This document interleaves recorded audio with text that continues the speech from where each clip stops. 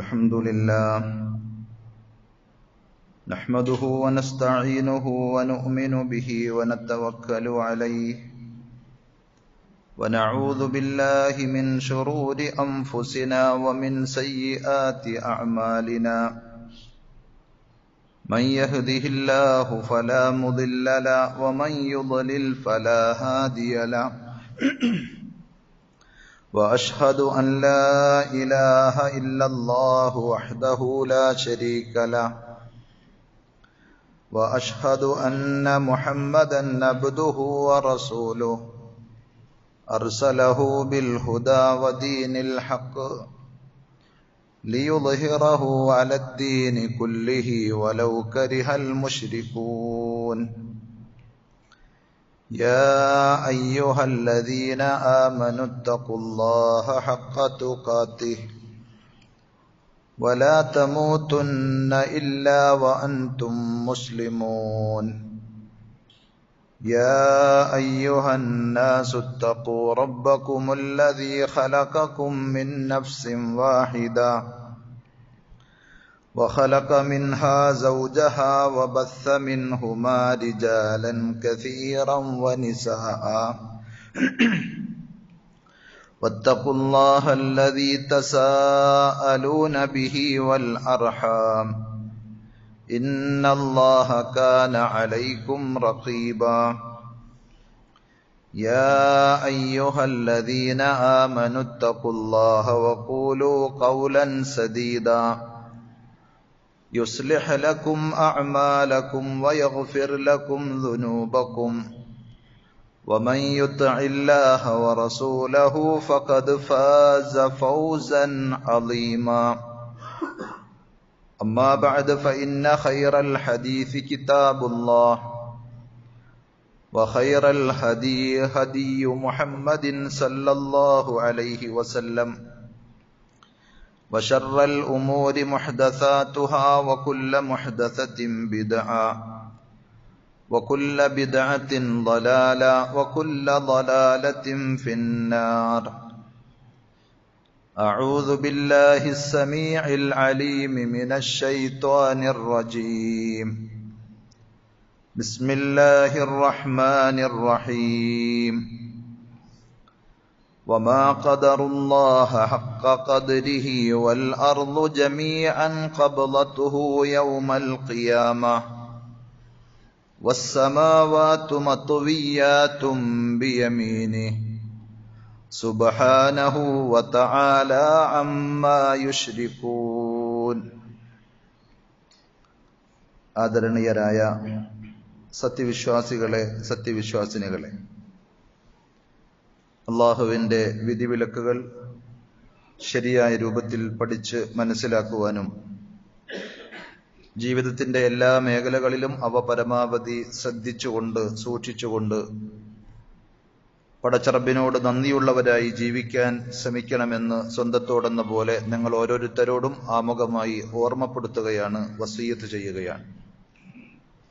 റഹ്മാനായ റബ്ബ് അവന്റെ വിധിവിലക്കുകൾ കണിശമായി പാലിക്കുന്ന യഥാർത്ഥ മുത്തഖീങ്ങളിൽ പറയുന്ന എന്നെയും കേൾക്കുന്ന നിങ്ങൾ ഓരോരുത്തരെയും ഉൾപ്പെടുത്തി അനുഗ്രഹിക്കുമാറാകട്ടെ. പടച്ച റബ്ബ് നമ്മെ സൃഷ്ടിച്ചതിൻ്റെ ലക്ഷ്യമായി പരിശുദ്ധ ഖുർആൻ പറഞ്ഞിട്ടുള്ള ഒരു കാര്യം, വമാ ഖലഖ്തുൽ ജിന്ന വൽ ഇൻസ ഇല്ലാ ലിയഅ്ബുദൂൻ, അല്ലാഹുവിനെ മാത്രം ഇബാദത്ത് ചെയ്ത് അവന്റെ നന്ദിയുള്ള അടിമകളായി ജീവിക്കണം എന്നതാണ്. ആ ഇബാദത്ത് നേരെ ചൊവ്വെ നിർവഹിക്കുവാൻ പൂർണ്ണതയോടുകൂടി നമുക്കത് പ്രാവർത്തികമാക്കാൻ സാധിക്കണമെങ്കിൽ, അപ്രകാരം തന്നെ അള്ളാഹുവിന്റെ വിധിവിലക്കുകളെ ജീവിതത്തിൽ ആദരവോടെ പിൻപറ്റണമെങ്കിലും നമ്മൾ അള്ളാഹുവിനെ അറിയുകയും അവനെ ആദരിക്കുകയും ചെയ്യേണ്ടതുണ്ട്. തഅ്ളീം, അള്ളാഹുവിനോടുള്ള ബഹുമാനവും ആദരവും അത് ഉള്ള ഒരു മനസ്സിന്റെ ഉടമയ്ക്ക് പടച്ചറബിനെ ശരിയായ വിധത്തിൽ ആരാധിക്കുവാൻ, ഇബാദത്തുകൾ അർപ്പിക്കുവാൻ സാധിക്കുകയുള്ളൂ. അഥവാ ഇബാദത്തിന്റെ തന്നെ മജ്ജയായി പണ്ഡിതന്മാർ വിശദീകരിച്ചത് അൽ ഇബാദത്തു ഹിയ തഅ്ളീമുല്ലാഹി വംതിസാലു അവാമിരി. അള്ളാഹുവിനെ അങ്ങേയറ്റം ആദരിക്കുകയും ബഹുമാനിക്കുകയും ചെയ്യലാണ് ഇബാദത്തിലൂടെ നടക്കുന്നത്. അതേപോലെ പടച്ചറബിന്റെ കൽപ്പന നിർദ്ദേശങ്ങളെ ജീവിതത്തിൽ പ്രയോഗവൽക്കരിക്കുകയാണ് അതിലൂടെ സംഭവിക്കുന്നത്. അള്ളാഹുവിനോടുള്ള തഅദീം അഥവാ ആദരവും ബഹുമാനവും അതുകൊണ്ട് തന്നെ മതത്തിന്റെ അടിസ്ഥാന സംഗതികളിൽപ്പെട്ടതാണ്. നമ്മളെ കൊണ്ട് അള്ളാഹു അത് നിരന്തരം ഓർമ്മപ്പെടുത്തുകയും ചെയ്യുന്നുണ്ട്. ബാങ്കിലൂടെ നമ്മൾ കേട്ടു, ഇഖാമത്തിലൂടെ നമ്മൾ പറയാറുണ്ട് അല്ലാഹു അക്ബർ എന്നുള്ള, അള്ളാഹുവാണ് ഏറ്റവും വലിയവൻ എന്നുള്ള പ്രഖ്യാപനം. അതേപോലെ മറ്റ് പല ദിക്ർ ദുആകളിലും അല്ലാഹു അക്ബർ എന്ന് നമ്മളെ കൊണ്ട് പറയിപ്പിക്കുന്ന, ഓർമ്മപ്പെടുത്തുന്ന വാചകങ്ങൾ കാണുവാൻ സാധിക്കും. അതേപോലെ സുബ്ഹാന റബ്ബിയൽ അദീം, മഹാനായ എന്റെ റബ്ബ് അള്ളാഹു എത്രയോ പരിശുദ്ധനാണ്. ആ പടച്ചറബിനെ പ്രകീർത്തിക്കുകയും വാഴ്ത്തുകയും ചെയ്യുമ്പോൾ അള്ളാഹു മഹാനാണ്, അവൻ അങ്ങേയറ്റം ആദരവ് അർഹിക്കുന്നവനാണ് എന്ന് നമ്മളെ കൊണ്ട് ബോധ്യപ്പെടുത്തിക്കൊണ്ടാണ് ആ കർമ്മങ്ങൾ ചെയ്യാൻ പറഞ്ഞത്. റുക്കോയിൽ നമ്മൾ അങ്ങനെ പറയുമ്പോൾ സുബ്ഹാന റബ്ബിയൽ അഅല, സുജൂദിൽ കിടന്നുകൊണ്ട് പറയുന്നത് അത്യുന്നതനായ എന്റെ റബ്ബ് എത്രയോ പരിശുദ്ധനാണ് എന്നാണ്. ഇങ്ങനെ അല്ലാഹു സുബ്ഹാനഹു വ തആലയോടുള്ള ആദരവ് ഒരു വിശ്വാസിയുടെ മനസ്സിൽ എത്ര കണ്ട് രൂഢമൂലമാകുന്നുവോ അത്ര കണ്ടായിരിക്കും അയാൾ ദീനിൽ ഉറച്ചു നിൽക്കുന്ന അവസ്ഥയുണ്ടാവുകയുള്ളൂ. ഈ ഒരു ആദരവും ബഹുമാനവും സത്യസന്ധമായി പടച്ചറബിനോട് വെച്ച് പുലർത്തുവാൻ നമുക്ക് സാധിക്കുന്നുണ്ടോ എന്ന് നമ്മൾ ഓരോരുത്തരും അവരവരോട് തന്നെ ചോദിക്കേണ്ടതുണ്ട്. അങ്ങനെ ആയിരുന്നുവെങ്കിൽ പടച്ചറബിനോട് നമ്മൾ അർഹിക്കുന്ന രീതിയിൽ തഅദീം നൽകുന്ന, ആദരവും ബഹുമാനവും നൽകുന്ന വിശ്വാസികളാണെങ്കിൽ തീർച്ചയായും പടച്ചറബിന്റെ നിയമനിർദ്ദേശങ്ങളെ നമ്മൾ ആദരിക്കും, അംഗീകരിക്കും. ദീൻ ഒരിക്കലും നമുക്കൊരു ഭാരമാവുകയില്ല, ഒരു പ്രയാസമാവുകയില്ല. ദീൻ ഉൾക്കൊള്ളുവാനും അനുസരിക്കുവാനുമുള്ള മനസ്സ് നമുക്ക് എപ്പോഴും ഉണ്ടാകും. ദീനിന്റെ ഭാഗമായി നബി സല്ലല്ലാഹു അലൈഹി വസല്ലം പഠിപ്പിച്ച സുന്നത്തുകളെ ആദരിക്കുകയും അംഗീകരിക്കുകയും ചെയ്യും. ഒരിക്കലും അവയെ അവഹേളിക്കുകയോ പുച്ഛിക്കുകയോ ചെയ്യുകയില്ല എന്നതും അള്ളാഹുവിനോടുള്ള ആദരവിന്റെ ഭാഗമാണ്. നബി സല്ലല്ലാഹു അലൈഹി വസല്ലമയുടെ റിസാലത്തിനോട് നിഷേധം പ്രകടിപ്പിച്ച ആളുകളെ കുറിച്ച് പരിശുദ്ധ ഖുർആൻ സൂറത്തുൽ അൻആമിലെ 91-ാമത്തെ വചനത്തിൽ പറഞ്ഞത് വമാ ഖദറുല്ലാഹ ഹഖ ഖദ്രി, അള്ളാഹുവിനെ കണക്കാക്കേണ്ടതുപോലെ അവർ കണക്കാക്കിയിട്ടില്ല എന്നാണ്. അള്ളാഹുവിനെ ആദരിക്കേണ്ടതുപോലെ ബഹുമാനിക്കേണ്ടതുപോലെ അവർക്ക് ബഹുമാനിക്കുവാനും ആദരിക്കുവാനും സാധിച്ചിട്ടില്ല എന്നാണ്. ഇത് ഖാലൂ മാ അൻസലല്ലാഹു അലാ ബശരിൻ മിൻ ഷൈഇൻ, അവർ പറഞ്ഞു ഒരു മനുഷ്യന് അള്ളാഹു എന്തെങ്കിലുമൊക്കെ സന്ദേശങ്ങൾ കൊടുക്കുക, അങ്ങനെയൊന്നും ഇല്ല എന്ന് പറഞ്ഞ് അവർ നിഷേധിച്ചു. എന്താണ് അവർക്കുള്ള ന്യായം? സ്വന്തം ഇച്ഛകൾക്കനുസരിച്ച് തോന്നിയത് പറയുന്നു, തോന്നിയത് ചെയ്യുന്നു എന്നല്ലാതെ. അതുകൊണ്ട് ഈ ആയത്ത് വിശദീകരിച്ചപ്പോൾ പണ്ഡിതന്മാർ ഉണർത്തിയത് ഷെയ്ഖ് സഅദി പറഞ്ഞു വഹാദാ തശ്നീഉൻ ലിമൻ കദ്ദബ റിസാല, അള്ളാഹുവിന്റെ റിസാലത്ത്, പ്രവാചകന്മാർക്ക് അള്ളാഹു നൽകുന്ന പ്രവാചകത്വം, അത് നിഷേധിച്ച ആളുകളെ അള്ളാഹു അതിശക്തമായി ആക്ഷേപിക്കുന്ന വചനമാണത്. അതേപോലെ ഇബ്നു കസീർ റഹ്മത്തുള്ളാഹി അലൈഹി പറഞ്ഞു വമാ അല്ലമുല്ലാഹ ഹഖ തഅദീമി, അള്ളാഹുവിനെ ആദരിക്കേണ്ട വിധത്തിൽ അവർ ആദരിക്കാത്തത് കൊണ്ടാണ്, അംഗീകരിക്കേണ്ട വിധത്തിൽ അംഗീകരിക്കാത്തത് കൊണ്ടാണ് അള്ളാഹു ഒരു പ്രവാചകനെ പറഞ്ഞയച്ചപ്പോൾ ആ പ്രവാചകനിലൂടെ കൊടുത്ത നിർദ്ദേശങ്ങളും ഉപദേശങ്ങളും അവർക്ക് സ്വീകരിക്കുവാനും അംഗീകരിക്കുവാനും കഴിയാതെ പോകുന്നത്. ഇത് കദ്ദബു റുസുലഹു ഇലൈഹി, അവരിലേക്ക് അള്ളാഹു അയച്ച പ്രവാചകന്മാരെ അവൾ കളവാക്കി നിഷേധിച്ചു. അള്ളാഹുവിനെ അംഗീകരിക്കാൻ അവർക്ക് തൗഫീഖ് ഇല്ലാത്തത് കൊണ്ട്. നൂഹ് നബി അലൈഹി സ്വലാത്തു വസ്സലാമയുടെ ജനതയിലും ഈ പറഞ്ഞ രീതിയിൽ നിഷേധമുള്ള ആളുകളോട് അള്ളാഹുവിനെ പരിചയപ്പെടുത്തിക്കൊണ്ട് ആ മനുഷ്യരോട് നൂഹ് നബി അലൈഹി സ്വലാത്തു വസ്സലാം ദീർഘകാലം ദഅവത്ത് ചെയ്ത കാര്യം ഖുർആൻ പറയുന്നുണ്ട്. ആരാണ് അള്ളാഹു? പാപങ്ങൾ പൊറുക്കുന്ന പടച്ച റബ്ബ്. നിങ്ങളുടെ ജീവിതത്തിൽ സംഭവിച്ചു പോയ തെറ്റുകുറ്റങ്ങൾ നിങ്ങൾ ആത്മാർത്ഥമായി മനസ്സിൽ തട്ടി പൊറുക്കലിനെ തേടിയാൽ ആ പടച്ചറബ് നിങ്ങൾക്ക് പുറത്തു തരും. ഗഫാർ, അവൻ അങ്ങേയറ്റം പൊറുക്കുന്നവനാണ്. അതേപോലെ നിങ്ങൾ മഴയ്ക്ക് വേണ്ടി പ്രയാസപ്പെടുമ്പോൾ മഴ തരുന്നവനാണ് ആ പടച്ചറബ്. യുർസിലിസ് സമാഅ അലൈക്കും മിദ്റാറ, ആ പടച്ചറബിനെ നിങ്ങൾ മനസ്സിലാക്കണം. വയുംദിദുകും ബിഅംവാലിൻ വബനീന വയജ്അൽ ലക്കും ജന്നാത്തിൻ വയജ്അൽ ലക്കും അൻഹാറ, നിങ്ങൾക്ക് സമ്പത്ത് നൽകിയ, നിങ്ങൾക്ക് മക്കളെ തന്ന, നിങ്ങൾക്ക് ഭൗതികമായ പല വിഭവങ്ങളും സൗകര്യങ്ങളും ഒരുക്കിയ, തോട്ടങ്ങളും നദികളും ജീവിത സുഖങ്ങളും ഒക്കെ ഒരുക്കി തന്ന ആ പടച്ചറബ്, എന്നിട്ടും ആ റബ്ബിനെ മാലക്കും ലാ തർജൂന ലില്ലാഹി വഖാറ, അള്ളാഹുവിനെ ആദരിക്കേണ്ടതുപോലെ ബഹുമാനിക്കേണ്ടതുപോലെ അവനൊരു ഗാംഭീര്യം കാണിക്കാൻ നിങ്ങൾക്ക് എന്തുകൊണ്ട് സാധിക്കുന്നില്ല എന്നാണ് നൂഹ് നബി അലൈഹി സ്വലാത്തു വസ്സലാം അവരോട് ചോദിച്ചത്. ഐ ലാ തഖാഫൂന ലില്ലാഹി അളമ, അള്ളാഹുവിനൊരു ബഹുമാനവും ആദരവും നൽകി ആ സ്നേഹ ബഹുമാനത്തിന്റെ അടിസ്ഥാനത്തിലുള്ള ഒരു ഭയപ്പാട് എന്തുകൊണ്ട് നിങ്ങളിൽ കാണുന്നില്ല? വലൈസ ലില്ലാഹി ഇൻദകും ഖദ്റുൻ, നിങ്ങളുടെ മനസ്സിൽ പടച്ചറബിന് ഒരു സ്ഥാനം ഇല്ലാത്തത് കൊണ്ടാണത്. ഇബ്നു അബ്ബാസ് റളിയല്ലാഹു അൻഹു പറഞ്ഞത്, ലാ തുഅല്ലിമൂന അല്ലാഹ ഹഖ്ക അളമതിഹി, അള്ളാഹുവിന്റെ ആദരവും ബഹുമാനവും അർഹിക്കുന്ന വിധത്തിൽ അവനെ നിങ്ങൾ ആദരിക്കുന്നില്ല. ഐ ലാ തഖാഫൂന മിൻ ബഅസിഹി വ നിഖമതിഹി, പടച്ചറബിന്റെ ശാപകോപങ്ങളും ശിക്ഷയും നിങ്ങൾക്ക് വന്നു ഭവിക്കുന്നതിനെ പറ്റി നിങ്ങൾക്കൊരു പേടിയുമില്ല, നിങ്ങൾ അങ്ങനെ കഴിഞ്ഞു പോവുകയാണ്. അപ്പോ അള്ളാഹുവിനോടുള്ള തഅദീം വേണം, അത് നിർബന്ധമാണ്. അള്ളാഹുവിനെ നമ്മൾ ആദരിക്കണം. നമുക്ക് നമ്മുടെ മാതാപിതാക്കളോട് ആദരവും ബഹുമാനവും ഉണ്ടെങ്കിൽ അതിനേക്കാളൊക്കെ ഏറ്റവും വലിയ വേറെ ആരെയെങ്കിലും നമ്മൾ മനസ്സിൽ കാണുന്നുവെങ്കിൽ അതിനേക്കാളെല്ലാം ഉപരിയിലായി പടച്ചറബിനെ അംഗീകരിക്കുവാനും ആദരിക്കുവാനും ബഹുമാനിക്കുവാനും ഒരു വിശ്വാസി എന്നുള്ള നിലയിൽ നമ്മളെല്ലാവരും കടപ്പെട്ടവരാണ്. അങ്ങനെ ആത്മാർത്ഥമായി നമ്മുടെ മനസ്സിൽ പടച്ചറബിനോടുള്ള തഅദീം ആദരവും ബഹുമാനവും ഉണ്ടെങ്കിൽ തീർച്ചയായും പടച്ചവനോടൊരു ഭയമുണ്ടാകും. അത് സ്വാഭാവികമാണ്. അൽ ഖൗഫു മിനൽ മുഅല്ലം, നമ്മൾ ആദരിക്കുന്ന ഒരുവനോട് ആ ആദരവിൽ നിന്നുണ്ടാകുന്ന ഭയപ്പാടും ഭക്തിയും ഒക്കെ ഉണ്ടാകും. അത് പടച്ചറബിനോട് നമുക്കുണ്ടാകും. അതേപോലെ അത്താഅതു, ആ ആദരിക്കപ്പെടുന്നവനെ നമ്മൾ അനുസരിക്കും. അവന്റെ നിയമങ്ങളും നിർദ്ദേശങ്ങളും ഉപദേശങ്ങളും തീർച്ചയായും നമുക്ക് അവഗണിക്കുവാൻ സാധിക്കുകയില്ല. നാം അങ്ങേയറ്റം ആദരിക്കുന്ന ബഹുമാനിക്കുന്നവന്റെ നിർദ്ദേശമാണ്, കൽപ്പനയാണ്, ഉപദേശമാണ് ഒരു കാര്യം എന്ന് വന്നാൽ അത് ബാക്കി ആരെല്ലാം എന്തെല്ലാം പറഞ്ഞാലും അതിനേക്കാളൊക്കെ ഉപരി അവനെ അംഗീകരിക്കുവാനും അനുസരിക്കുവാനും തയ്യാറാകും. ആത്മാർത്ഥമായ സത്യസന്ധമായ തഅദീമും ആദരവും ബഹുമാനവും ഒക്കെ ഉണ്ടെങ്കിൽ. അതാണ് ഒരു യഥാർത്ഥ വിശ്വാസിയുടെ സ്വഭാവമായി നമുക്ക് കാണുവാൻ സാധിക്കുക. അള്ളാഹുവിന്റെ കൽപ്പനകളോട് ആദരവുണ്ടായിരിക്കും, റെസ്പെക്ട് ഉണ്ടായിരിക്കും. അള്ളാഹു വിലക്കിയ സംഗതികളോട് തഅദീമു അഹ്കാമിഹി, പടച്ചറബിന്റെ നിയമനിർദ്ദേശങ്ങളോട് അല്ല എന്നോടത് വേണ്ട എന്ന് പറഞ്ഞിട്ടുണ്ടെങ്കിൽ വേണ്ട എന്ന് തന്നെ അയാൾ വെക്കും.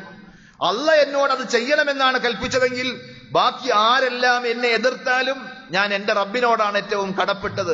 ഒരു മുതലാളിയോടും അതേപോലെ ഒരു തൊഴിലാളിയോടും അതല്ലെങ്കിൽ വേറെ ഏതെങ്കിലും ബന്ധുക്കളോടും വേറെ ഒന്നിനോടുമല്ല എനിക്കുള്ള കടപ്പാട്. അല്ലാഹു അക്ബർ, അള്ളാഹുവാണ് എനിക്ക് ഏറ്റവും വലിയവൻ. അവനാണ് എന്റെ മനസ്സിൽ എപ്പോഴും ഉന്നതമായ സ്ഥാനത്തുള്ളവൻ.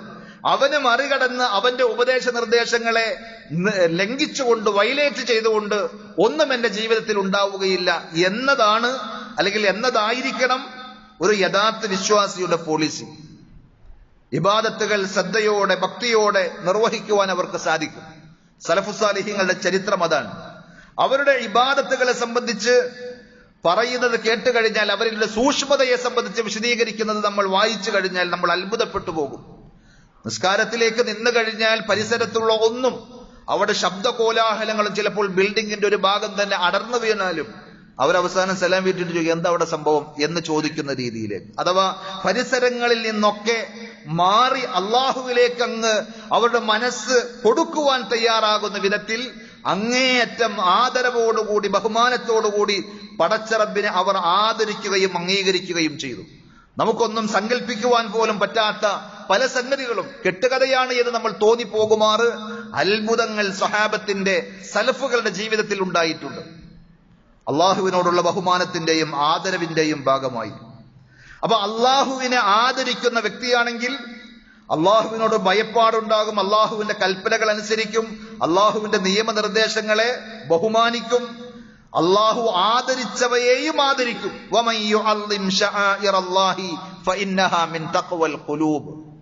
അള്ളാഹു പറഞ്ഞതാണ് ആ നിയമം. താടി നീട്ടി വളർത്തുന്നതാണെങ്കിലും വസ്ത്രം നെരിയാണിക്ക് മീതെ ഉയർത്തുന്നതാണെങ്കിലും സ്ത്രീകളുടെ പർദ്ദയാണെങ്കിലും ഏത് വിഷയവും അത് അള്ളാഹ് നിയമമാക്കിയതാണ് എന്ന് പറഞ്ഞാൽ അതിനെ എതിർത്ത് അത് അന്തിച്ചർച്ചകളിൽ ചാനലിൽ പോയി ഇരുന്നിട്ടാണെങ്കിലും സ്വകാര്യ സംഭാഷണങ്ങളിലാണെങ്കിലും അവയോട് ഒരു മോശമായ മാനസിക അവസ്ഥയോ സമീപനമോ ഈമാനുള്ളവർക്കുണ്ടാവുകയില്ല എന്ന് നവാഖിദുൽ ഇസ്ലാം എന്ന് പറയുന്ന ഇസ്ലാമിൽ നിന്ന് ഒരാളെ പുറത്തു കളയുന്ന അപകടകരമായ കാര്യങ്ങൾ വിശദീകരിച്ചുകൊണ്ട് അഖീദ പഠിപ്പിച്ച പണ്ഡിതന്മാർ പറഞ്ഞൊരു കാര്യം അതാണ്.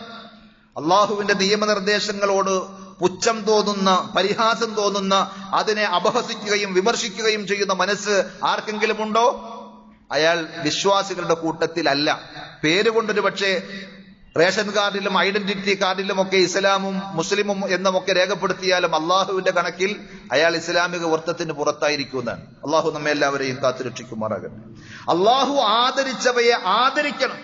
വമൻ യുഅല്ലിം ശആഇറല്ലാഹ്, അള്ളാഹുവിന്റെ മതചിഹ്നങ്ങളെ ആരെങ്കിലും ആദരിക്കുന്നുവെങ്കിൽ ഫഇന്നഹാ മിൻ തഖ്വൽ ഖുലൂബ്, അത് ഹൃദയത്തിന്റെ അടിത്തട്ടിൽ നിന്ന് ഉള്ള തഖ്വയുടെ ബഹിസ്ഫുരണങ്ങളാണ് എന്നാണ് പരിശുദ്ധ ഖുർആൻ സൂറത്തുൽ ഹജ്ജിലെ 32-ാമത്തെ ആയത്തിലൂടെ പഠിപ്പിച്ചത്. സഹോദരങ്ങളെ, സലഫു സ്വാലിഹീങ്ങളൊക്കെ ആ രീതിയിൽ അള്ളാഹുവിന്റെ മതചിഹ്നങ്ങളെ ആദരിക്കുകയും പടച്ചവന്റെ നിയമശാസനകളെ അനുസരിക്കുകയും അള്ളാഹുവിന് ആത്മാർത്ഥമായി ഭയഭക്തിയോടുകൂടി ഇബാദത്തുകൾ നിർവഹിക്കുകയും ചെയ്തിട്ടുണ്ടെങ്കിൽ നമുക്ക് പറയുവാൻ സാധിക്കുമോ നമ്മുടെ നെഞ്ചത്ത് കൈവച്ചുകൊണ്ട് എന്റെ ഇബാദത്തും അങ്ങനെ തന്നെയാണ്, എനിക്ക് ഏറ്റവും വലിയവൻ എന്റെ റബ്ബ് തന്നെയാണ് എന്ന്? പലപ്പോഴും നമ്മുടെയൊക്കെ ഇബാദത്തുകൾ ആദത്തുകളായി മാറുന്നുണ്ടോ എന്ന് നമ്മൾ സംശയിക്കണം. എന്താ ആദത്ത് എന്ന് പറഞ്ഞാൽ? ചില ശീലങ്ങൾ, ചില റൊട്ടീൻസുകൾ ഉണ്ടാവും ആളുകൾക്ക്. അഥവാ രാവിലെ നമ്മൾ എഴുന്നേറ്റ് കഴിഞ്ഞാൽ ഒന്ന് പല്ല് തേക്കണം, മുഖം കഴുകണം, അതേപോലെ എവിടെയെങ്കിലും ഒന്ന് പുറത്തു പോകണമെങ്കിൽ ഒന്ന് കുളിച്ച് ഡ്രസ്സ് മാറണം. ഇതൊന്നും ചെയ്യാൻ പറ്റാത്ത, ഈ പ്രാഥമിക കൃത്യങ്ങളൊന്നും ചെയ്യാൻ കഴിയാത്ത ഒരു സാഹചര്യമാണെങ്കിൽ നമുക്ക് വല്ലാത്തൊരു അസ്വസ്ഥതയും ഒരു ഇറിറ്റേഷനുമായിരിക്കും. ഇതുപോലെയാണോ നമ്മൾ സുബഹി നമസ്കരിച്ചില്ലെങ്കിൽ നമുക്ക് തോന്നുന്ന സംഗതി? എവിടെ നിസ്കരിച്ചില്ലെങ്കിൽ തന്നെ അങ്ങനെ തോന്നുന്നില്ലെങ്കിൽ അവരോട് നമുക്ക് സംസാരമില്ല. ഏറി വന്നാൽ നമ്മൾ ചെയ്തുകൊണ്ടിരിക്കുന്ന ഇബാദത്തുകളിൽ, ദീനിയായ ചിട്ടവട്ടങ്ങളിൽ ഒരു ക്രമം തെറ്റിക്കഴിഞ്ഞാൽ, രാവിലെ എഴുന്നേറ്റിട്ട് ബ്രഷും പേസ്റ്റും കിട്ടാത്ത യാത്രക്കിടയിൽ പല്ല് തേക്കാൻ കഴിയാതിരുന്നാൽ ഉണ്ടാകുന്നൊരു അസ്വസ്ഥത പോലെയുള്ള ഒരു അസ്വസ്ഥത മാത്രമാണോ ഇബാദത്ത് ആദത്തുകളായി മാറുന്നത്? അവിടെയാണ്. ഞാൻ രാവിലെ എഴുന്നേറ്റാൽ 2 റക്അത്ത് നിസ്കരിക്കലുണ്ട്, അത് ചെയ്തിട്ടില്ലെങ്കിൽ സ്ഥിരം ചെയ്തു വന്ന സംഗതി. ഡെയിലി പത്രം വായിക്കുന്ന ആൾക്ക് പത്രം ഇല്ലാത്ത ദിവസത്തിൽ വല്ലാത്തൊരു അസ്വസ്ഥതയുണ്ടാകും. അത് ആദത്ത് തെറ്റുമ്പോഴുള്ള സംഗതിയാണ്. ശീലങ്ങളും പതിവുകളും അതേപോലെ തുടരാൻ കഴിയാതെ വരുമ്പോഴുള്ളൊരു അസ്വസ്ഥതയാണ്. ഇതുപോലെയാണോ നമ്മുടെ ഇബാദത്തുകൾ? ഷെയ്ഖുൽ ഇസ്ലാം ഇബ്നു തൈമിയ്യ റഹ്മത്തുള്ളാഹി അലൈഹിയെ സംബന്ധിച്ച് അദ്ദേഹത്തിന്റെ ശിഷ്യൻ ഇബ്നുൽ ഖയ്യിം റഹ്മത്തുള്ളാഹി അലൈഹി പറയുന്ന ഒരു സംഭവമുണ്ട്. അദ്ദേഹം ദീർഘമായി നമസ്കാരത്തിന് ശേഷം, സുബ്ഹ് നിസ്കാരത്തിന് ശേഷം ദിക്ർ ദുആകളിൽ അങ്ങനെ ഇരിക്കും. അപ്പൊ അത്യാവശ്യ കാര്യങ്ങൾ എന്തെങ്കിലും ചോദിക്കാൻ വേണ്ടി, ദീനിയായ മസലകളായിരിക്കാം, അല്ലെങ്കിൽ വേറെ ഏതെങ്കിലും ഉമ്മത്തിന്റെ സമുദായത്തിന്റെ പ്രശ്നങ്ങളായിരിക്കാം, എന്തെങ്കിലുമൊക്കെ ചോദിച്ച് അതിനൊരു തീർപ്പ് കണ്ടെത്തുവാൻ വേണ്ടി നിൽക്കുന്ന ആളുകൾ അവരങ്ങനെ കാത്തു നിൽക്കും. അവര് ഷെയ്ഖുൽ ഇസ്ലാം ഇബ്നു തൈമിയ്യ എന്ന് പറയുന്ന ആ കാലഘട്ടത്തിലെ ഏറ്റവും വലിയ പണ്ഡിതനെ ആദരിക്കുകയും ബഹുമാനിക്കുകയും ചെയ്തുകൊണ്ട് തന്നെ അയാളെ ഒന്ന് അലോസരപ്പെടുത്തുവാനോ വിളിക്കുവാനോ നിൽക്കാതെ അവരങ്ങനെ കാത്തു നിൽക്കും. അപ്പൊ അതിനെ സംബന്ധിച്ച് ഷെയ്ഖുൽ ഇസ്ലാമിനോട് പറഞ്ഞപ്പോൾ അദ്ദേഹം പറഞ്ഞത് എന്താണ് എന്നറിയാം? ഹാദിഹി ഖുദ്വതി, ഇത് എന്റെ ആത്മാവിനുള്ള പരിപോഷണമാണ്, ഭക്ഷണമാണ്. ദീർഘനേരം ദിക്റുകളിൽ മുഴുകുന്നത്, പടച്ചറബിന്റെ മുന്നിൽ ഇബാദത്തുകളിൽ മുഴുകുന്നത്, അവര് ആത്മീയമായി നൽകുന്ന, നമ്മൾ ഭക്ഷണം കഴിക്കുമ്പോൾ ശരീരത്തിന് കിട്ടുന്ന പുഷ്ടിപ്പും ആവേശവും ആഗ്രഹവും താല്പര്യവും പോലെ ആത്മാവിന് റൂഹിനെ നൽകുന്ന എന്റെ ഭക്ഷണമാണ് എന്നാണ്. അതെനിക്ക് ഒഴിവാക്കുവാൻ പറ്റുകയില്ല. അത് ഒഴിവാക്കി കഴിഞ്ഞാൽ എന്റെ ജീവിതത്തിൽ നിലനിൽക്കുവാൻ സാധിക്കുകയില്ല. ഇങ്ങനെ ജീവിതത്തിന്റെ ആത്മാവിനെ പോലെ, അല്ലെങ്കിൽ ജീവിതത്തിന്റെ ഏറ്റവും അടിസ്ഥാനപരമായ ഒരു ആവശ്യം പോലെ അവർ ഇബാദത്തുകളെ ജീവിതത്തിലേക്ക് ചേർത്ത് വച്ചു എന്നതാണ്. അത് കേവലം ഒരു ഇബ്നു തൈമിയ്യ റഹ്മത്തുള്ളാഹി അലൈഹിയുടെ മാത്രം ചരിത്രമല്ല.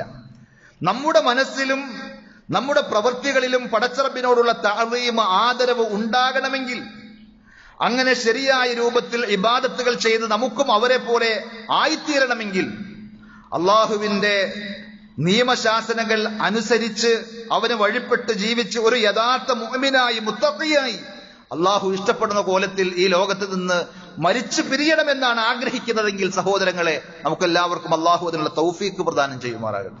ഒന്നാമതായി നമുക്ക് വേണ്ടത് പടച്ചറബിനെ, അള്ളാഹുവിനെ നമ്മൾ അറിയേണ്ടതുണ്ട്. അവ്വലു വാജിബിൻ, ഒന്നാമത്തെ ബാധ്യത, നമ്മൾ വാപ്പയെ മറന്നാലും ഉമ്മയെ മറന്നാലും ലോകത്തുള്ള ഏത് അറിവ് നമ്മൾ മറന്നുപോയാലും ആർജിക്കുവാൻ നമുക്ക് സാധിക്കാതെ വന്നാലും അതിനേക്കാൾ ഒക്കെ ഗൗരവത്തിൽ നമ്മൾ കാണേണ്ട ഒന്നാണ് അള്ളാഹുവിനെ അറിയുക എന്നത്.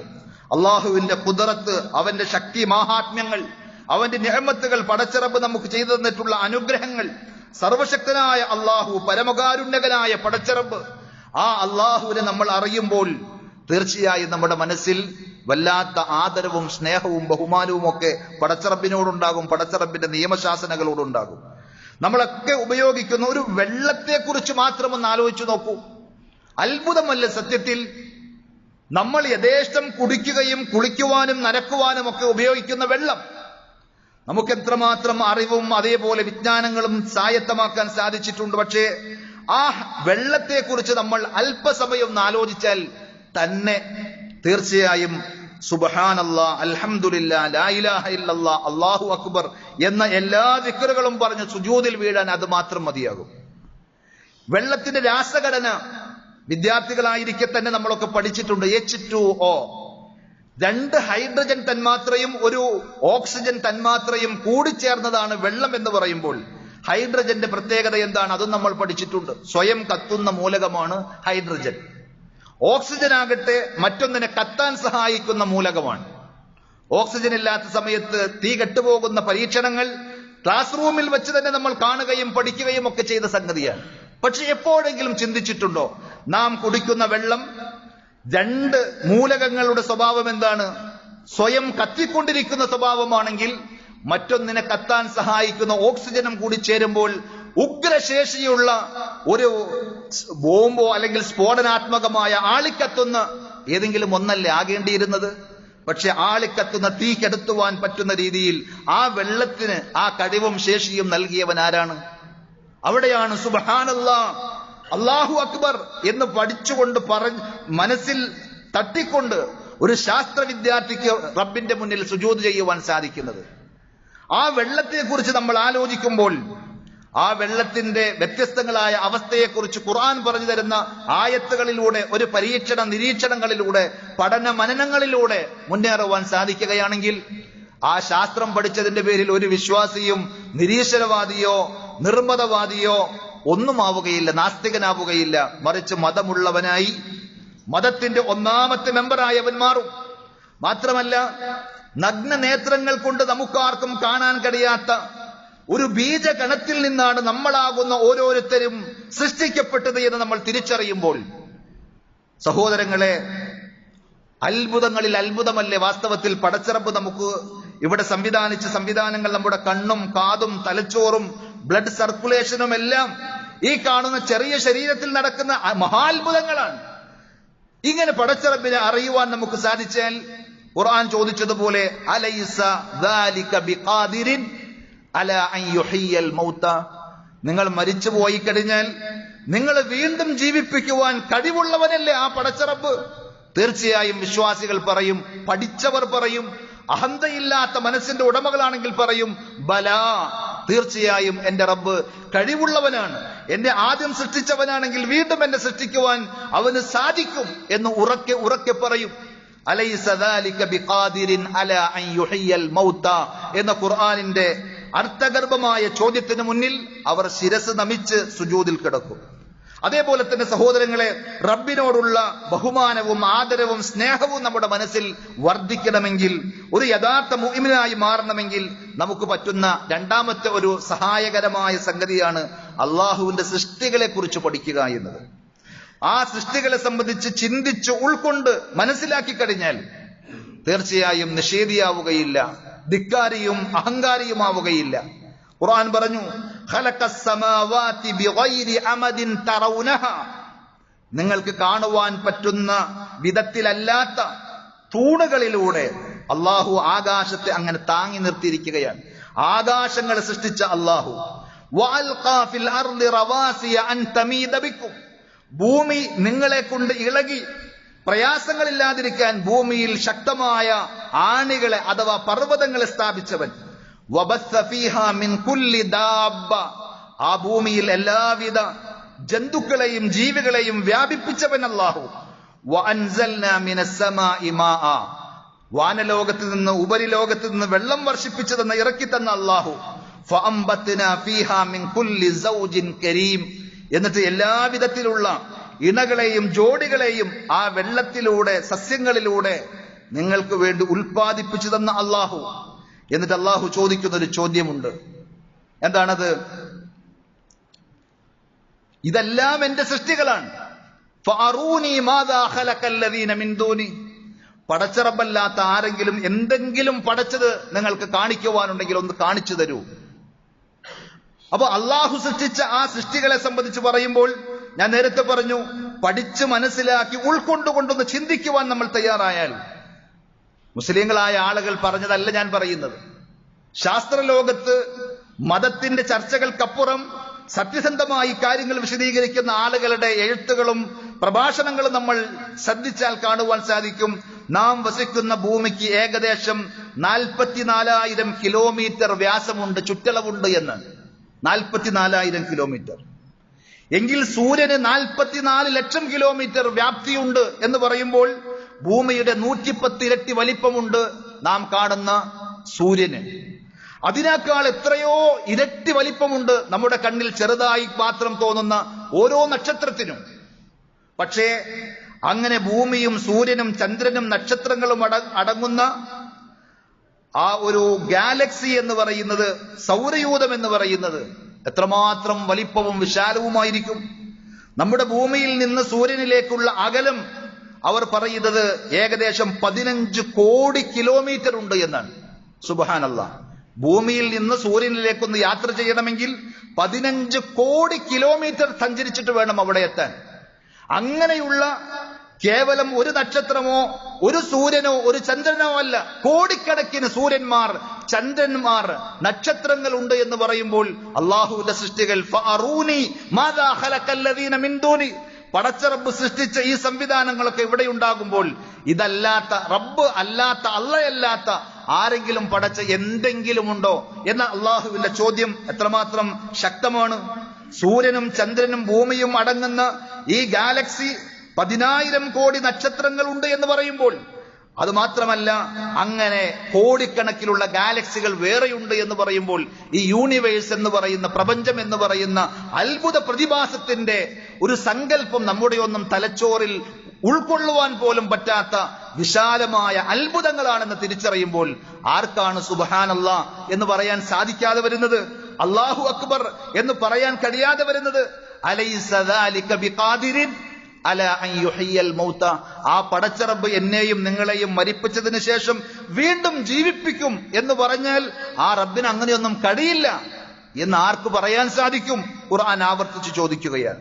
വേണ്ട ദൃശ്യലോകത്ത് നമ്മൾ കണ്ടുകൊണ്ടിരിക്കുന്ന ജീവജാലങ്ങളും സൃഷ്ടികളെയും കുറിച്ച് നമ്മൾ ആലോചിക്കുമ്പോൾ മലകളും കുന്നുകളും കടലുമൊക്കെ മനുഷ്യരാകുന്ന നമ്മളെ സംബന്ധിച്ചിടത്തോളം നമ്മൾ എത്ര നിസ്സാരന്മാരാണ്.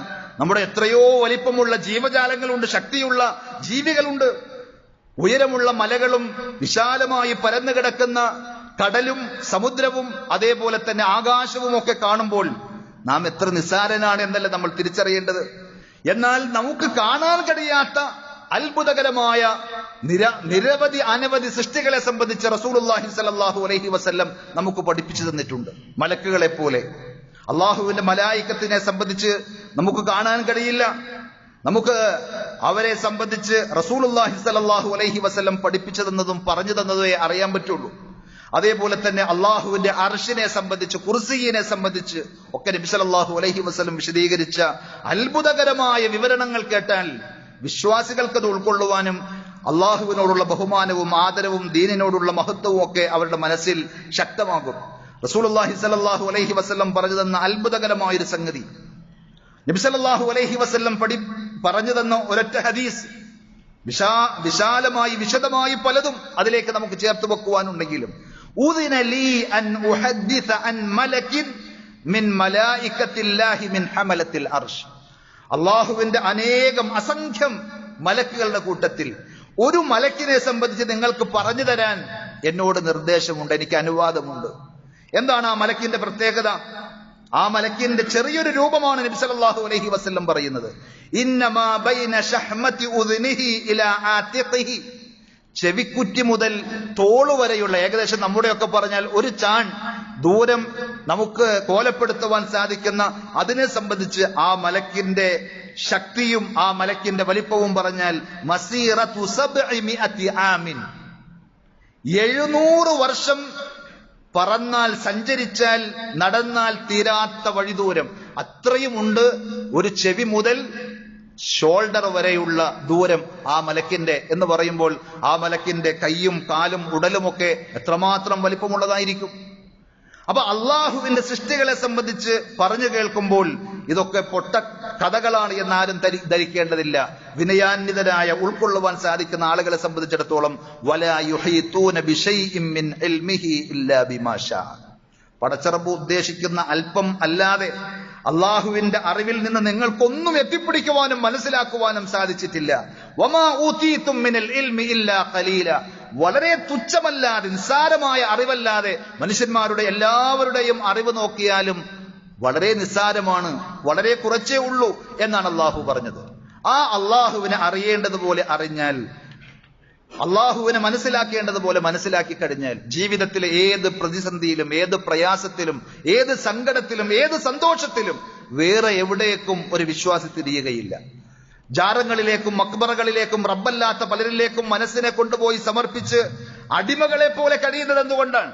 അപ്പോൾ നമ്മൾ വായിച്ചു, മനുഷ്യന്മാരുടെ ഇത്തരത്തിലുള്ള വഴിവിട്ടതിലൂടെ ആനകൾ ഇടഞ്ഞ് മനുഷ്യന്മാരെ ചവിട്ടി മെതിച്ചു കൊന്നുകളഞ്ഞിട്ടും ബുദ്ധിയും ബോധവുമുള്ള ആളുകൾക്ക് പഠിക്കുവാൻ സാധിച്ചിട്ടില്ല.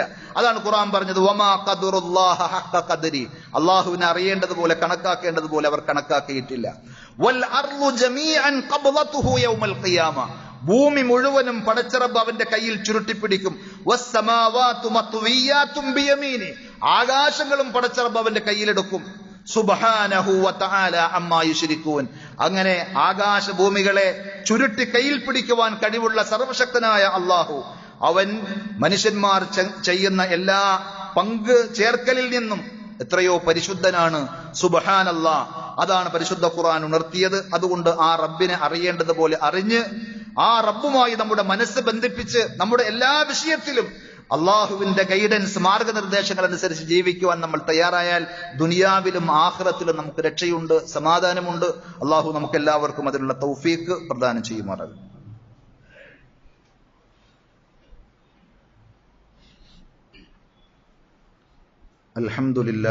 അൽഹംദുലില്ലാഹി റബ്ബിൽ ആലമീൻ, വസ്സലാത്തു വസ്സലാമു അലാ അഷ്റഫിൽ അംബിയാഇ വൽ മുർസലീൻ നബിയ്യിനാ മുഹമ്മദിൻ വഅലാ ആലിഹി വഅസ്ഹാബിഹി വസല്ലം.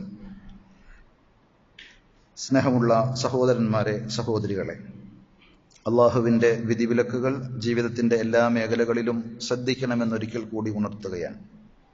അള്ളാഹു നമുക്കെല്ലാവർക്കും അതിനുള്ള തൗഫീഖ് പ്രദാനം ചെയ്യുമാറാകട്ടെ. പരിശുദ്ധ റമദാനിലേക്ക് നമ്മൾ അടുത്തുകൊണ്ടിരിക്കുകയാണ്. ശഅബാൻ മാസത്തിലാണ് നമ്മളുള്ളത്. അതുകൊണ്ട് തന്നെ കഴിഞ്ഞ വർഷം നമുക്ക് ആർക്കെങ്കിലും രോഗങ്ങൾ കൊണ്ടോ യാത്രകൾ കൊണ്ടോ ഒക്കെ, അതേപോലെ സ്ത്രീ സഹജമായ നോമ്പെടുക്കാൻ കഴിയാതെ നോമ്പുകൾ മിസ്സായി പോയിട്ടുണ്ടെങ്കിൽ അത്രയും പെട്ടെന്ന് ആ കടം വീട്ടാൻ നമ്മൾ തയ്യാറാകേണ്ടതുണ്ട്. റസൂലുള്ളാഹി സ്വല്ലല്ലാഹു അലൈഹി വസല്ലം സുന്നത്ത് നോമ്പുകൾ കൂടി കൂടുതലായി അധികരിപ്പിച്ചൊരു മാസമാണ് ശഅബാൻ മാസം. അതുകൊണ്ട് അതിന് സാധിക്കുന്ന ആളുകൾ പ്രത്യേകം മനസ്സ് വെക്കണം, ആ സുന്നത്ത് മറന്നു പോകരുത് എന്നതുകൂടി സാന്ദർഭികമായി ഓർമ്മിപ്പിക്കുകയാണ്. എന്നാൽ കുറെ അന്ധവിശ്വാസങ്ങളും അനാചാരങ്ങളും ഇതിന്റെയൊക്കെ അനുബന്ധമായി ശഅബാൻ മാസമായി കഴിഞ്ഞാൽ തീർച്ചയായും പ്രത്യേകിച്ചും ആളുകൾ കൊണ്ടു നടക്കാറുണ്ട്. ദീനിൽ സ്ഥിരപ്പെടാത്ത പലതും ആളുകൾ കൊണ്ടു നടക്കുമ്പോൾ ഇതൊക്കെ ദീനിന്റെ ഭാഗമാണ് എന്ന് തെറ്റിദ്ധരിച്ച് അറിവില്ലാതെ പലരും അത് ചെയ്യും. അതിൽപ്പെട്ട ഒന്നാണ് ശഅബാൻ 15 ബറാത്ത് രാവ് എന്ന പേരിൽ ബറാത്ത് നോമ്പെടുക്കും. അതേപോലെ ഖുർആൻ പറഞ്ഞ ലൈല മുബാറക, അനുഗ്രഹീത രാവ് അതാണ് എന്ന് വിശദീകരിച്ച് അങ്ങനെ ആളുകളെ തെറ്റിദ്ധരിപ്പിച്ച് പലതരത്തിലുള്ള ചടങ്ങുകളും ആചാരങ്ങളും ആളുകളെ കൊണ്ട് ചെയ്യിപ്പിക്കുന്ന ഖൗമ് നമ്മുടെ ഇടയിലുണ്ട്. വാസ്തവത്തിൽ പരിശുദ്ധ ഖുർആൻ പറഞ്ഞ ഇന്നാ അൻസൽനാഹു ഫീ ലൈലത്തിൻ മുബാറക, അനുഗ്രഹീതമായ രാവിലാണ് നാം ഈ വിശുദ്ധ ഖുർആനിനെ അവതരിപ്പിച്ചത് എന്ന് പറഞ്ഞത് ശഅബാൻ 15 എന്ന് ആർക്കും പറയാൻ കഴിയില്ല. കാരണം ഇബ്നു കസീർ റഹ്മത്തുള്ളാഹി അലൈഹി തന്നെ പറഞ്ഞതുപോലെ യഖൂലുല്ലാഹു തആല അനിൽ ഖുർആൻ, അല്ലാഹു ഖുർആനിനെ സംബന്ധിച്ച് പറഞ്ഞു ഇന്നഹു അൻസലഹു ഫീ ലൈലത്തിൻ മുബാറക, അനുഗ്രഹീതമായ രാവിലാണ് അള്ളാഹു പരിശുദ്ധ ഖുർആൻ അവതരിപ്പിച്ചത് എന്ന്. വഹിയ ലൈലത്തുൽ ഖദർ, അത് ലൈലത്തുൽ ഖദറാണ്. റമദാനിന്റെ അവസാനത്തെ 10 ലൈലത്തുൽ ഖദർ. വകാന ദാലിക ഫീ ശഹ്രി റമദാൻ. ലൈലത്തുൽ ഖദർ എവിടെയാ? അത് ശഅബാനിലല്ല, റജബിലല്ല, വേറെ ഏത് മാസത്തിലുമല്ല, റമദാൻ മാസത്തിലാണ്. കാരണം അല്ലാഹു തന്നെ പറഞ്ഞിട്ടുണ്ട്, ഷഹ്റു റമദാൻ അല്ലദീ ഉൻസില ഫീഹിൽ ഖുർആൻ. വിശുദ്ധ റമദാനിലാണ് അള്ളാഹു പരിശുദ്ധ ഖുർആനെ അവതരിപ്പിച്ചത് എന്ന്. അതുകൊണ്ട് വമൻ ഖാല ഇന്നഹാ ലൈലത്തുൻ നിസ്ഫി മിൻ ശഅബാൻ, ഇബ്നു കസീർ റഹ്മത്തുള്ളാഹി അലൈഹിയുടെ വാക്കുകളാണ്. അത് ശഅബാൻ 15 ആണ് എന്ന് ആരെങ്കിലും വാദിച്ചാൽ പറഞ്ഞാൽ ഫഖദ് അബ്അദ നജ്അ, അയാൾ സത്യത്തിൽ നിന്ന് അതിവിദൂരമായ ഒരു അഭിപ്രായമാണ് പറഞ്ഞത്. അള്ളാഹ് പറഞ്ഞ ആയത്തുകളിൽ നിന്ന് വളരെ വ്യക്തമായി നമുക്ക് മനസ്സിലാക്കാൻ സാധിക്കും. നബി സല്ലല്ലാഹു അലൈഹി വസല്ലമയുടെ ഹദീസുകളിൽ നിന്നും വ്യക്തമാക്കാൻ സാധിക്കും. അത് റമദാനിലെ അവസാനത്തെ 10 ഒരു രാവാണ് ലൈലത്തുൽ ഖദർ. അതിലാണ് ഖുർആൻ അവതരിച്ചത്. അത് ശഅബാൻ 15 അതിന് യാതൊരു ബന്ധവുമില്ല. അതിന്റെ പേരിൽ ഏതെങ്കിലും നോമ്പോ നിസ്കാരമോ ആചാരമോ ഒക്കെ ചെയ്യുമ്പോൾ ദീൻ എന്ന് പറയുന്നത് അള്ളാഹു ഇറക്കിയതും നബി സല്ലല്ലാഹു അലൈഹി വസല്ലം പ്രയോഗവൽക്കരിച്ച് കാണിച്ചതും സ്വഹാബത്ത് അങ്ങനെ ജീവിതത്തിൽ സ്വീകരിച്ചതും പ്രയോഗവൽക്കരിച്ചതുമല്ലേ? അവർക്കൊന്നും പരിചയമില്ലാത്ത ഒരു അനാചാരമാണ് എന്ന് മനസ്സിലാക്കി അതിനോട് അകലം പാലിക്കുവാൻ നമുക്ക് സാധിക്കേണ്ടതുണ്ട്. സർവശക്തനായ അള്ളാഹു ദീനിന്റെ നിയമനിർദ്ദേശങ്ങൾ ശരിയായ വിധത്തിൽ പഠിച്ച് മനസ്സിലാക്കി ഉൾക്കൊള്ളുവാനുള്ള തൗഫീഖ് നമുക്കെല്ലാവർക്കും പ്രദാനം ചെയ്യുമാറാകട്ടെ. സത്യം സത്യമായി മനസ്സിലാക്കുവാനും അത് ഉൾക്കൊള്ളുവാനുമുള്ള തൗഫീഖ് അള്ളാഹു നമുക്ക് പ്രദാനം ചെയ്യുമാറാകട്ടെ. അസത്യങ്ങളെ, കളവുകളെ, തെറ്റുകളെ അങ്ങനെ തന്നെ മനസ്സിലാക്കി അതിൽ നിന്ന് അകലം പാലിക്കുവാനുള്ള തൗഫീഖും അള്ളാഹു നമുക്ക് പ്രദാനം ചെയ്യുമാറാകട്ടെ. സഹോദരങ്ങളെ, നമ്മുടെ പല സുഹൃത്തുക്കളും ഹോസ്പിറ്റലുകളിൽ പ്രയാസത്തിൽ ചികിത്സയിലാണ് എന്നൊക്കെ അറിയിച്ചിട്ടുണ്ട്. അവരുടെ രോഗശമനത്തിന് വേണ്ടി നിങ്ങളും ആത്മാർത്ഥമായി പ്രാർത്ഥിക്കണം. അള്ളാഹു അവരുടെ എല്ലാവരുടെയും പ്രയാസങ്ങളും ബുദ്ധിമുട്ടുകളും നീക്കി പരിപൂർണമായ ശിഫയും ആഫിയത്തും നൽകി അനുഗ്രഹിക്കുമാറാകട്ടെ. നമ്മിൽ നിന്ന് മരണപ്പെട്ടു പോയ സത്യവിശ്വാസികൾക്ക്, നമ്മുടെ മാതാപിതാക്കൾക്ക്, ബന്ധുമിത്രാദികൾക്ക് എല്ലാവർക്കും അള്ളാഹു മഗ്ഫിറത്തും മർഹമത്തും നൽകി അനുഗ്രഹിക്കുമാറാകട്ടെ. നമ്മെയും അവരെയും പടച്ച റബ്ബ് അവന്റെ വിശാലമായ ജന്നാത്തുൽ ഫിർദൗസിൽ ഒരുമിച്ച് കൂട്ടി ആദരിക്കുമാറാകട്ടെ. اللهم اغفر للمؤمنين والمؤمنات والمسلمين والمسلمات الأحياء منهم والأموات إنك مجيب الدعوات يا قاضي الحاجات. اللهم أعز الإسلام والمسلمين وأذل الشرك والمشركين. اللهم أجرنا من النار، اللهم أجرنا من النار وأدخلنا الجنة مع الأبرار. ربنا آتنا في الدنيا حسنة وفي الآخرة حسنة وقنا عذاب النار. صلى الله على نبينا محمد وعلى آله وأصحابه وسلم والحمد لله رب العالمين.